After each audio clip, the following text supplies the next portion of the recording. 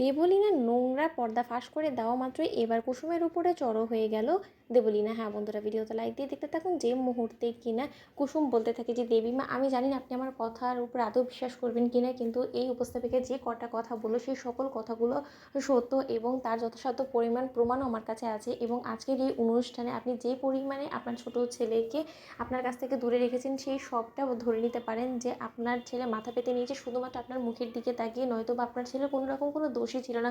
এবং তার থেকে বড় কথা, ব্যাক স্টেজের যে সকল দায়িত্ব ঈশান বাবুর কাঁধে দেওয়া হয়েছিল সেটা সে খুব ভালোভাবেই পালন করেছিল, কিন্তু তাকে ছোট করার জন্য রীতিমতো এই দেবলীনা ম্যাডাম ইচ্ছাকৃতভাবে চক্রান্ত করে আমাকে এবং ঈশান বাবুর উপরে প্রতিশোধ নেওয়ার জন্য সে এই নোংরা কর্মকাণ্ডগুলো করেছে। এবং তার জন্য এই গোটা ক্যামেরার সিসিটিভি ফুটেজ আমরা সঙ্গে করে নিয়ে এসেছি। আশা করি আপনি এই ভিডিওটা দেখার পর আপনি নিশ্চয়ই বুঝতে পেরে যাবেন যে সে ঠিক কী কী করানোর চেষ্টা করেছে। অন্যদিকে সেই সিসিটিভি ভিডিও দেখা মাত্রই যখন ইন্দ্রাণী গাঙ্গুলি বলতে থাকে যে এত দূর তুমি বার বেড়ে গিয়েছো দেবলীনা, তুমি এত বড় একটা কর্মকাণ্ড করার আগে একবারও তোমার বিবেকে বাঁধলো না, একবারও তুমি ভাবলে না যে গাঙ্গুলি গ্রুপ অফ কোম্পানিজে কতটা ফেস লস হবে। আজকের এই ঘটনাটা যদি সত্যি এতটা বাজেভাবে ঘটতো, আজকে তো নিহাতি কুসুম আমাদের সকলের মান সম্মান রক্ষা করেছি বিধায় যদি ঠিক সময় মতন কুসুম আজকে আমাদের মান সম্মান রক্ষা করতে না পারতো, তাহলে আজকে আমাদের কী নাজেহাল অবস্থা হতো সেটা তুমি একবার বুঝতে পারছো।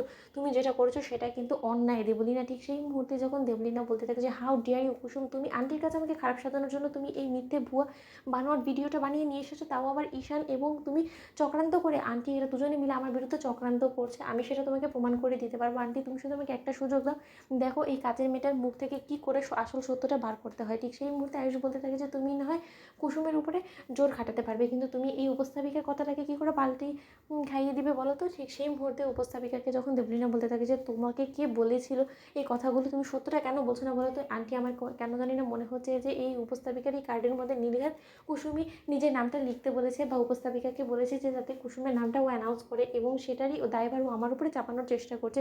অন্যদিকে উপস্থাপিকা বলতে থাকে যে না ম্যাডাম, না আমার কোথাও কোনো রকম কোনো ভুল হচ্ছে না, এই ভিডিও ফুটেজে যা কিছু দেখা যাচ্ছে সেটাতে তো সুস্পষ্ট যে আপনি আসলে দোষী। তাহলে আপনি নিজের দোষটা কেন স্বীকার করছেন না বলুন তো। আপনি যেসব কাজ করেছেন তার দায়ভার অবশ্যই আপনাকেই নিতে হবে। ঠিক সেই মুহূর্তে কুসুম বলতে থাকে যে দেবলীনা ম্যাডাম, আজকে আর আপনার কোনো মিথ্যাই আপনাকে বাঁচাতে পারবে না। ঠিক সেই মুহূর্তে কুসুমের গায়ে হাত তুলতে যায় দেবলীনা, এবং সেই মুহূর্তে দেবলীনার হাত চাপটে ধরে ইন্দ্রাণী গাঙ্গুলি এবং বলতে থাকে যে খবরদার কুসুমের গায়ে হাত তোলার সাহস তুমি করবে না দেবলীনা, কারণ এই যাত্রায় তুমি ভুল করেছো এবং তোমাকে কুসুমের কাছে হাত জোর করে ক্ষমা চাওয়ার কথা, তা না করে তুমি ওর গায়ে হাত তুলছো।